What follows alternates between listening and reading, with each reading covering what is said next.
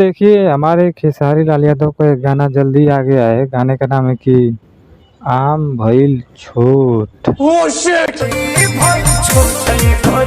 अब एकर मतलब का बा उ तो हम ना समझतानी। जौन आम बा उ छोट हो गईल है।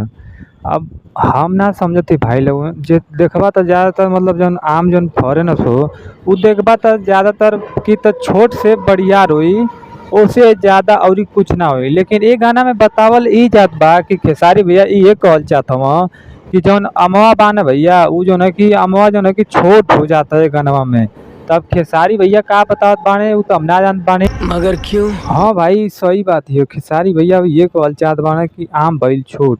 तो अब आम तो हो गइल छोट लेकिन तब वो बिचात बा देखत हवा। जैसे कि तू देख सकत हवा कि एमे नीलम गिरी है जौन कि आम खूब शानदार मतलब बेचे नी है बिड़ुइया में। आ न त खेसारी भैया जौन है कि देख सकत हवा कि ठेला पर खूब मजा लेत बाड़न। एंट्री तो इनकर ऐसा ही बा कि ठेला पर ऐसा ही मतलब घूमे न का मतलब इनकर एंट्री ऐसा ही दिहल गइल ह। बा देसिया स्टाइल में कोनो गाड़ी ना रहे त ठेले पे घुमा देले उन लोगन।